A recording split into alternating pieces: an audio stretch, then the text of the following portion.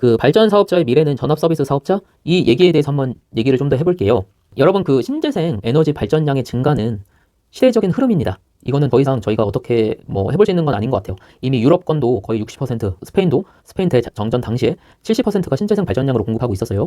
그렇단 얘기는 신재생 발전기가 개통의 안정도를 생각해서 무효 전력을 제어할 일은 없을 거라고 저는 생각을 해요.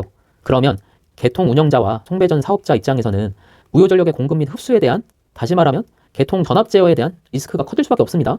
그리고 역시 전력개통 종사자인 저희 발전 사업자도 이 상황에 대해서 자유롭진 않을 거예요.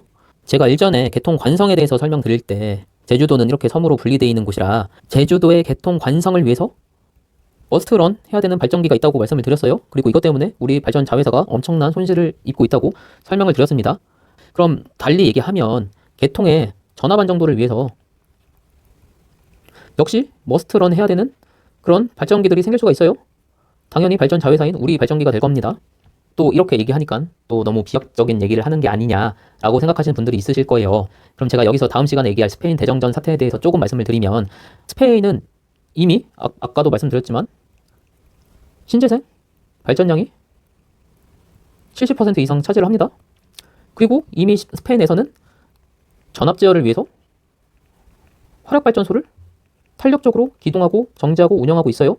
그리고 스페인 대정전 사태 당시에 신재생이 70%를 차지하고 있었는데, 이 당시에 전압 제어를 위해서 화력발전소를 2기 돌릴 계획을 가지고 있었어요, 여러분. 이 전압 제어를 위해서 돌릴 예정이었던 이 발전소 2기를 못 돌렸어요. 그럼 그 얘기는 뭐냐? 신재생 발전량이 늘면서 개통에 과전압이 발생되고 있는 상황에서 동기 발전기를 돌려서 전압 제어를 하려고 했죠? 그리고 전압 제어가 얼만큼 효능이 있는지는 앞서서 설명을 드렸습니다.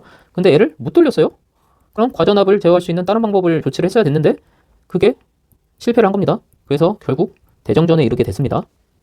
개통의 전압 안정도는 제가 앞서서부터 누차 얘기하지만 국소적이라고요. 이게 전압 개통 안정도가 여기에 문제가 생길지 여기에 문제가 생길지 모른다. 여기 서울에서 개통의 과전압에 문제가 생겼을 때 여기 부산이나 이쪽 지역에서 이거를 보상을 못 해준다. 서울에서 생긴 전압 문제는, 과전압 문제는 여기 안에서 무효전력 공급장치가 아니면 무효전력 흡수장치가 흡수를 해서 전압을 제어해야 되는 상황이지 다른 구역에서는 어떠한 도움도 줄 수 없다. 이게 생각보다 크리티컬한 겁니다, 여러분. 그러면 그렇게 전압을 제어하는 입장에서 이 지역별로 존재하는 이런 동기발전기들이 그 역할을 할 수가 있겠죠? 저는 할 수 있을 거라고 생각을 하고 있습니다. 그러면 향후에 실제로 신재생 발전량이 뭐 70%, 우리나라도 70% 이상이 되면 전압 안정도를 위해서 머스트런 해야 되는, 혹은 정지했다가 신재생 발전량이 늘어나는 그 주간에만 잠깐 돌려야 되는 가스 발전기들이 생길 수 있다는 얘기예요. 아니요, 생길 수 있다는 얘기가 아니고 그렇게 될 겁니다. 그렇게 진행이 될 거예요.